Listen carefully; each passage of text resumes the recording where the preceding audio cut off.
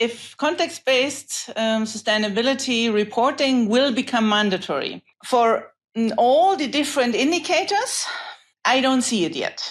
I see more voluntary commitments that voluntarily companies start to really do a context-based sustainability reporting also to water, especially if water is very material. If you are in a region where there's a lot of water shortage, and that's a very regional topic. You have regions where using water is not a problem, while other regions, it's a tremendous problem, and you are generating huge ecological impacts. And so that also is context. The water use in Northern Europe is not the same as water use in Southern Europe.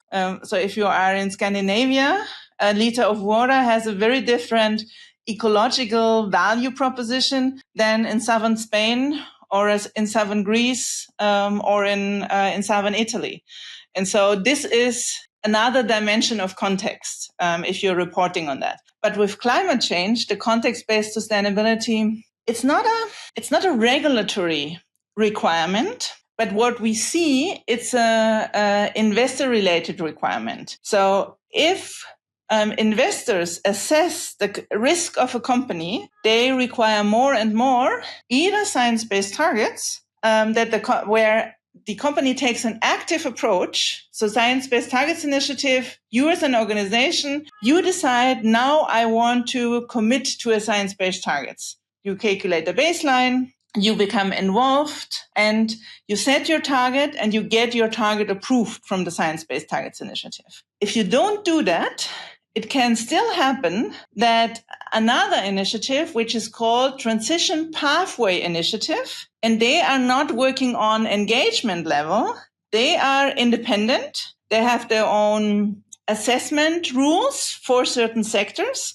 And it's an academic initiative, and they work mainly for investors. So they create reports and they create assessments, and they only use information that is publicly available. So what is published in sustainability reports, they assess that and then look into what else is written there.